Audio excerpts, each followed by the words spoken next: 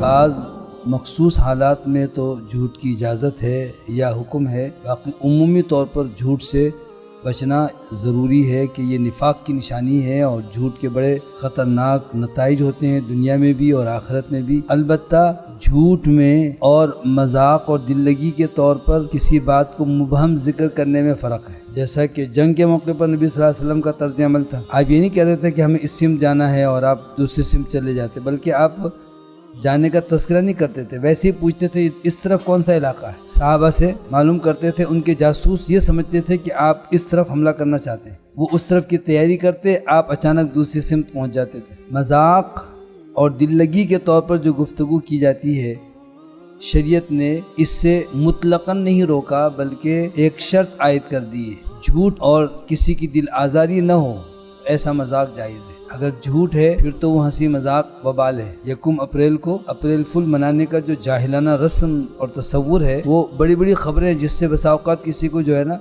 وہ کہتے ہیں ہارٹ اٹیک بھی ہو گیا کہ تمہارے فلاں کا ایکسیڈنٹ ہو گیا اور اسپتال میں دوڑو جلدی سے گھبرائے، اور بندے نہیں یہ تو ویسے ہی مذاق کیا تھا، یہ تو حرام ہے اس طرح سے جھوٹ بول کر کسی کو اذیت دینا۔ اور دوسرا مذاق جس میں سامنے والے کی تحقیر ہو رہی ہو، کسی شخص کو ڈیگریڈ کرنے کے لیے مذاق کر رہے تھے، ایسی میں نے تو کہہ دیا، تو یہ جائز نہیں ہے۔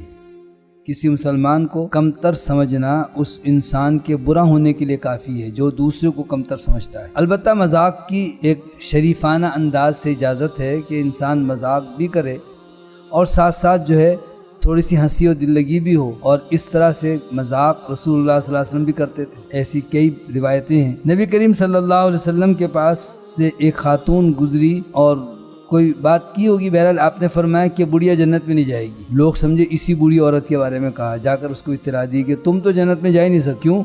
نبی صلی اللہ علیہ وسلم نے فرمایا بوڑھی عورت جنت میں نہیں جائے گی۔ وہ روتی روتی حاضر ہوئی اللہ کے رسول صلی اللہ علیہ وسلم، میں جنت میں نہیں جاؤں گی، میں تو پریشان۔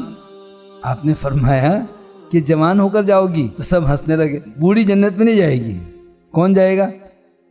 وہ جوان ہو کر جائے گی۔ تو رسول اللہ صلی اللہ علیہ وسلم کے مذاق میں حقیقت کی عکاسی ہوتی تھی، جھوٹ کی آمیزش نہیں ہوتی تھی۔ کہ انس رضی اللہ عنہ کہتے ہیں کہ ایک آدمی نے کہا اللہ کے رسول صلی اللہ علیہ وسلم مجھے سواری کے لیے کوئی اونٹ دیجیے۔